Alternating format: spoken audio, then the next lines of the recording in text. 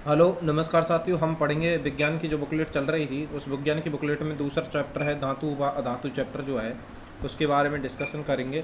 धातु अधातु जो चैप्टर है उसके बारे में कि धातु अधातु के प्रमुख गुण क्या हैं। धातु ऐसे तत्व जो इलेक्ट्रॉन को त्याग कर धनावेशित हो जाते हैं वे धातु कहलाते हैं। यानी ऐसे तत्व कौन से, ऐसे तत्व धातु क्या होते हैं, ऐसे तत्व जो इलेक्ट्रॉन को त्याग कर क्या करते हैं, इलेक्ट्रॉन को त्याग कर धनावेशित हो जाते हैं वे धातु कहलाते हैं। क्या हो जाते हैं, धनावेशित हो जाते हैं, धनावेशित हो जाते हैं वे धातु कहलाते हैं। धातु के सामान्य गुण क्या हैं, धात्विक चमक इनके अंदर होती है, धातु में विशेष चमक होती है। जैसे धात्विक चमक होती है, चांदी सोना सबसे ज़्यादा चमकदार होते हैं, चांदी सोना, क्योंकि धातु के अंदर क्या होती है, चमक का गुण पता है। चांदी एक बहुत अच्छा परावर्तक है, इसलिए इसका उपयोग दर्पण के पीछे की तरफ पॉलिश करने के लिए किया जाता है। डायरेक्ट वो प्रश्न आता है कि जो चांदी होता है, चांदी का प्रयोग सोना सबसे ज़्यादा चमक, चांदी एक अच्छा परावर्तक होता है, इसका उपयोग दर्पण के पीछे किया जाता है। किसमें किया जाता है, दर्पण के पीछे किया जाता है, क्योंकि पॉलिश करने के लिए किया जाता है धात्विक चमक के कारण। ध्वनिकता इसके अंतर्गत होती है, यानी सोनोरस का गुण इनके अंदर होता है। किसी वस्तु में आघात क्या करने पर, आघात किए जाने पर तब विशेष धातु पर किसी धातु से आघात करने पर विशेष धात्विक ध्वनि उत्पन्न होती है, जिसे ध्वनिकता कहते हैं। क्या कहते हैं, ध्वनिकता कहते हैं, ध्वनिकता कहते हैं, ध्वनिकता कहते हैं। इस गुण के कारण इनका उपयोग घंटी वाद्य यंत्र आदि बजाने में भी किया जाता है। यानी धातु क्या होती है, धातु के अंदर ध्वनिकता होती है, सोनोरस होता है। तन्यता क्या है, धातु तन्य होती है, धातु इनके तार के रूप में खींचा जा सकता है। सर्वाधिक तन्य धातु कौन सी है, सोना है। आघातवर्धिता क्या होता है, धातु आघातवर्धी होती है, इनको पीट कर मही चादरों में ढाला जा सकता है, जैसे सोना चांदी तावा लोहा आदि। अर्थात सर्वाधिक आघातवर्धिता सोने में पाई जाती है। सर्वाधिक तन्यता जो है, सर्वाधिक तन्यता भी सोने में पाई जाती है, सर्वाधिक आघातवर्धिता भी सोने के अंदर पाई जाती है। तन्यता सर्वाधिक सोने में, सर्वाधिक आघातवर्धिता भी सोने में पाई जाती है। घनत्व सामान्यतः धातु में घनत्व अधिक होता है, कुछ धातुओं का घनत्व कम होता है, इसलिए ये पानी पर तैरती हैं, जैसे सोडियम और पोटेशियम। डायरेक्ट प्रश्न बनता है कि धातुओं में जो घनत्व है वो अधिक होता है, कुछ धातुओं का घनत्व कम होता है, इसलिए ये पानी पर क्या करती हैं, तैरती हैं। सोडियम और पोटेशियम का घनत्व क्या है, कम है, इसलिए ये पानी पर तैरती हैं। कठोरता धातु के अंदर कठोरता होती है, ये ठोस तथा कठोर होते हैं। धातु ठोस तथा कठोर होते हैं, परंतु क्षारीय धातु मुलायम होती हैं। डायरेक्ट होते हैं जो धातु होते हैं, जो क्षारीय होते हैं, जो धातु क्षारीय होते हैं, क्या होते हैं, क्षारीय होते हैं। वे धातु क्या होते हैं, वे धातु मुलायम होते हैं, वे धातु क्या होते हैं, मुलायम होते हैं। जैसे सोडियम क्षारीय धातु है, पोटेशियम और लिथियम को चाकू से काटा जा सकता है। यानी ये वैसे तो धातुओं का गुण, यदि हम बात करें धातुओं का जो गुण है, कठोरता होती है। क्षारीय धातु मुलायम होते हैं, लेकिन ध्यान रखना धातु के अंदर कठोरता होती है, लेकिन जो क्षारीय धातु होती हैं ये क्या होती हैं, कि क्षारीय जो धातु होते हैं इनके अंदर क्या होती है, मुलायमता पाई जाती है, मुलायमता इनके अंदर पाई जाती है। जैसे सोडियम पोटेशियम तथा लिथियम को चाकू से काटा जा सकता है, क्योंकि ये धातु क्या होती हैं, मुलायम होती हैं। चालकता इनके अंदर धातु के अंदर पाई जाती है। ताप तथा विद्युत की सुचालक होती हैं, धातुएं विद्युत तथा विद्युत तथा ताप की चालक होती हैं। ऊष्मा की सुचालक होती हैं। इसी कारण घर में खाना बनाने के बर्तन लोहे तावे व एल्यूमिनियम के बने होते हैं। ध्यान रखना कि जो धातुएं होती हैं, धातुएं जो होती हैं चालकता का इनके अंदर गुण पाया जाता है। ऊष्मा की सुचालक, इसी कारण घर में खाना बनाने बर्तन लोहे तावे व एल्यूमिनियम से बने। चांदी ये जी ऊष्मा विद्युत की सर्वोत्तम चालक होती हैं। सबसे डायरेक्ट प्रश्न आता है, चांदी ये जी ऊष्मा तथा विद्युत की सर्वोत्तम चालक है। चांदी जो होती है, चांदी जो होती है, प्रश्न आया था कांस्टेबल की 2018 की परीक्षा में आया था कि चांदी चर्च के ऐसे आधा धातुओं में ऊष्मा तथा निम्न में से कौन सी धातु है जो विद्युत की सर्वोत्तम चालक होती है, जहाँ एफ ई भी ऑप्शन था और ए जी भी ऑप्शन था। तो आपको ए जी पर टिक लगाना था कि ए जी जो होती है, ए जी ऊष्मा तथा विद्युत की सर्वोत्तम चालक होती है। सीसा पीबी सबसे कम चालक होती है। कौन सा, पीबी जो होती है, पीबी जो धातु होती है ये कम चालक होती है। क्या होती है, कम चालक होती है। कम चालक का गुण इसके अंदर पाया जाता है, पीबी कम चालक होती है। ठीक है। अवस्था, धातुओं की जो अवस्था है, धातु सामान्यतः ठोस अवस्था में पाई जाती हैं, परंतु पारा कमरे के तापमान पर द्रव अवस्था में पाया जाता है। इसका उपयोग थर्मामीटर बैरोमीटर में किया जाता है। ध्यान रखना, यदि हम नॉर्मल चर्चा करें कि जो धातु होती हैं जो ठोस अवस्था में लेती हैं, लेकिन जो पारा होता है, पारा धातु द्रव अवस्था में पाई जाने वाली कमरे के तापमान पर एकमात्र धातु है, जिसका उपयोग बैरोमीटर थर्मामीटर आदि में किया जाता है। कुछ धातुएं मुक्त अवस्था में कम क्रियाशील होती हैं, जिन्हें नोबल या मेटल या उत्कृष्ट धातु कहा जाता है, जैसे सोना चांदी प्लेटिनम। ध्यान रखना कि कुछ धातुएं क्या होती हैं, कुछ धातुएं मुक्त अवस्था में कम क्रियाशील होती हैं जिन्हें नोबल मेटल कहा जाता है या उत्कृष्ट धातु कहा जाता है, जो क्या करती हैं, कम क्रियाशील होती हैं, जैसे सोना, चांदी और प्लेटिनम। ये क्या है, उत्कृष्ट या नोबल मेटल हैं, नोबल धातु या उत्कृष्ट धातु के अंतर्गत तुम्हारा ओरम, एजी और पीटी प्लेटिनम आता है। सोना, चांदी, प्लेटिनम कैसी प्रकार के कम क्रियाशील धातु हैं, इन्हें नोबल या उत्कृष्ट धातु कहते हैं। क्या पाते हैं, मुक्त अवस्था में पाए जाते हैं। सोडियम तथा पोटेशियम अत्यधिक क्रियाशील धातु हैं जो वायु में तेज अवक्रिया करके आग पकड़ लेते हैं, इसलिए इन्हें मिट्टी के तेल में रखा जाता है। डायरेक्ट आता है, ऐसी कौन सी धातु हैं, ऐसी कौन सी धातु हैं जिन्हें तेल से अवक्रिया करके जिन्हें मिट्टी के तेल में रखा जाता है, तो सोडियम, पोटेशियम, जो सोडियम तथा पोटेशियम है वो अधिक क्रियाशील धातु हैं। सक्रियता श्रेणी देखें, सक्रियता श्रेणी वह सूची है जिसमें धातुओं की क्रियाशीलता को अवरोही क्रम में व्यवस्थित किया गया है। अवरोही का मतलब है घटते क्रम में प्रदर्शित किया गया है, घटते क्रम में प्रदर्शित किया गया है, घटते क्रम में क्या किया गया है, प्रदर्शित किया गया है। धातुओं की सापेक्ष अक्रियाशील देखें, सबसे जो हमारी सबसे अधिक क्रियाशील है, यानी जो सबसे अधिक क्रियाशील है, सबसे अधिकतम क्रियाशील की बात करें, यानी सबसे अधिक क्रियाशील है वो पोटेशियम है। सबसे अधिक क्रियाशील जो धातुओं में देखें, सबसे अधिक क्रियाशील धातुओं में पोटेशियम है, फिर के बाद सोडियम है, फिर कैल्शियम है। आप इन तीनों को याद रखिए, सोडियम, पोटेशियम और कैल्शियम।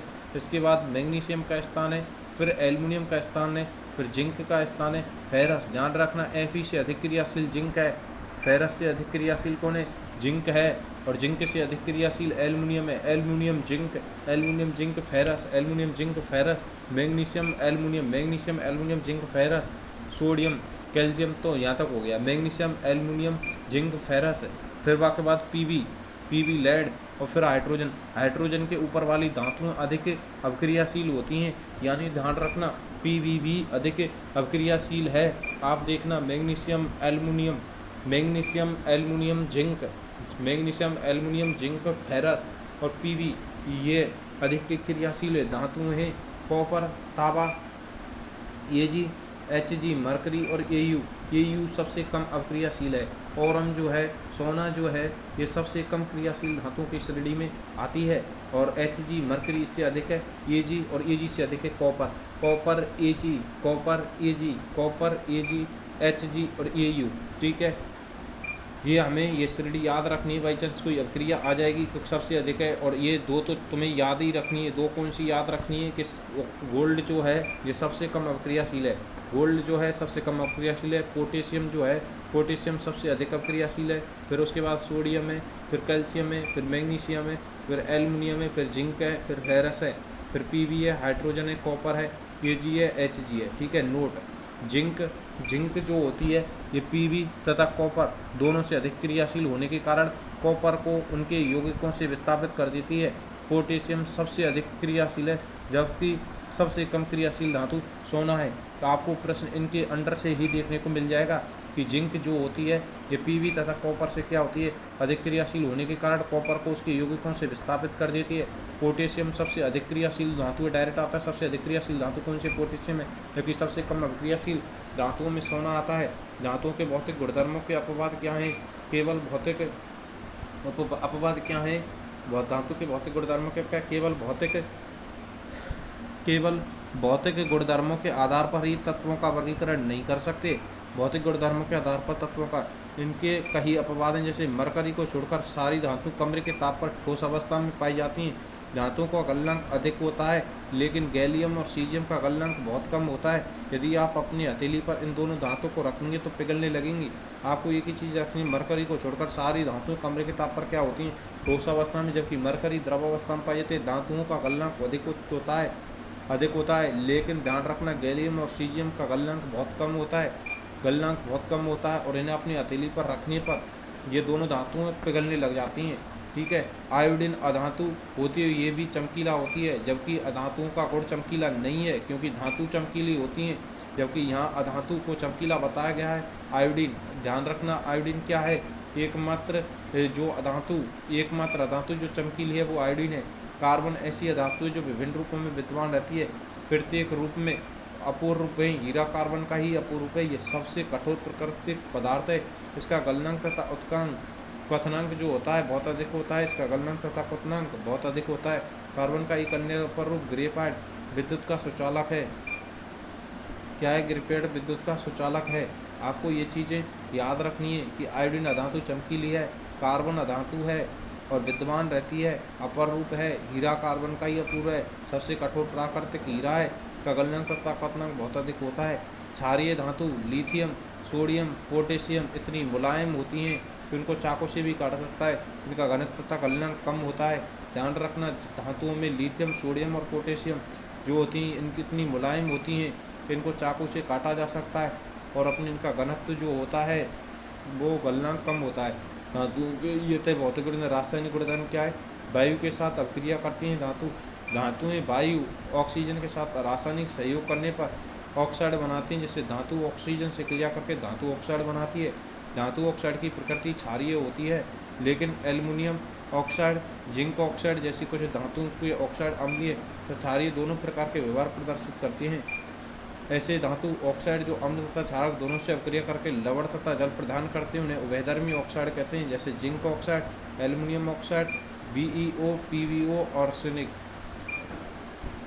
तो एक चीज़ आपको देखनी है क्या कि धातु वायु के साथ अभिक्रिया, धातु वायु ऑक्सीजन के साथ रासायनिक सहयोग के कारण ऑक्सीकरण बनते हैं। धातु ऑक्सीजन, धातु ऑक्साइड की प्रकृति क्षारीय होती है। एल्युमिनियम ऑक्साइड, जिंक ऑक्साइड जैसी कुछ धातु ऑक्साइड अम्लीय होते हैं, क्षारीय दोनों प्रकार व्यवहार प्रदर्शित करती हैं। एनोडीकरण क्या है? एल्युमिनियम पर मोटी ऑक्साइड की परत बनने की प्रक्रिया एल्युमिनियम ऑक्साइड की परत इसे संचारण से बचाती है। एनोडीकरण के लिए एल्युमिनियम की एक साफ वस्तु को एनोड बनाकर तनु सल्फ्यूरिक अम्ल के साथ उसका विद्युत अपघटन किया जाता है। एनोड पर उत्सर्जित ऑक्सीजन गैस एल्युमिनियम के साथ अभिक्रिया करके ऑक्साइड कर एक मोटी परत बनाती है। ध्यान रखना, एनोडीकरण जो क्या है? एल्युमिनियम की मोटी ऑक्साइड की परत बनने की प्रक्रिया है। एल्युमिनियम ऑक्साइड की परत इसे संचारण से बचाती है। एल्युमिनियम की एक साफ वस्तु को एनोड बनाकर तनु सल्फ्यूरिक अम्ल के साथ, यानी जो एल्युमिनियम की एक साफ वस्तु को क्या बनाते हैं? एनोड बनाते हैं और सल्फ्यूरिक अम्ल के साथ इसका विद्युत अपघटन किया जाता है। एनोड पर उत्सर्जित ऑक्सीजन जो होती है जो एल्युमिनियम के साथ अभिक्रिया करके ऑक्साइड की एक मोटी परत बनाती है। जल के साथ अभिक्रिया करके क्या होता है? जल के साथ अभिक्रिया करके धातुएं हाइड्रोजन गैस तथा धातु ऑक्साइड बनाती हैं, धातु गैस बनाती हैं तथा हाइड्रोजन तथा धातु ऑक्साइड बनाती हैं। पोटेशियम एवं सोडियम जैसी धातुएं ठंडे जल के साथ तेजी से अभिक्रिया करती हैं। पोटेशियम की अभिक्रिया तेजी तथा ऊष्माक्षेपी होती है। डायरेक्ट तथा एनीय तथा पोटेशियम की क्रिया कैसी होती है? तो ये ऊष्माक्षेपी अभिक्रिया होती है। कैसी क्रिया होती है? ऊष्माक्षेपी अभिक्रिया होती है। इससे उत्सर्जित हाइड्रोजन तत्काल प्रज्वलित हो जाती है, यानी सोडियम तथा पोटेशियम से उत्सर्जित जो नाइट्रोजन प्रज्वलित हो जाती है। यानी आपको क्या चीज़ रखनी कि पोटेशियम तथा सोडियम धातु ठंडे जल के साथ अभिक्रिया करती हैं, अभिक्रिया करते ऊष्माक्षेपी अभिक्रिया होती है, उत्सर्जित हाइड्रोजन तत्काल प्रज्वलित होते हैं। जल के साथ कैल्शियम की अभिक्रिया थोड़ी धीमी होती है। यहाँ उत्सर्जित ऊष्मा हाइड्रोजन से प्रज्वलित होने के कारण पर्याप्त नहीं होती है। कैल्शियम की अभिक्रिया थोड़ी धीमी होती है। यह उत्सर्जित ऊष्मा हाइड्रोजन के साथ प्रज्वलित होने के लिए पर्याप्त नहीं होती। मैग्नीशियम शीतल जल के साथ अभिक्रिया नहीं करता है, परंतु गर्म जल के साथ अभिक्रिया करके ये मैग्नीशियम हाइड्रोक्साइड एवं हाइड्रोजन गैस उत्पन्न करता है। ध्यान रखना, मैग्नीशियम जो शीतल जल के साथ अभिक्रिया नहीं करता है, परंतु गर्म जल के साथ अभिक्रिया करके वह मैग्नीशियम हाइड्रोक्साइड एवं हाइड्रोजन गैस उत्पन्न करता है। ये चीज़ें आपको याद रखनी कि ठंडे जल के साथ करता है।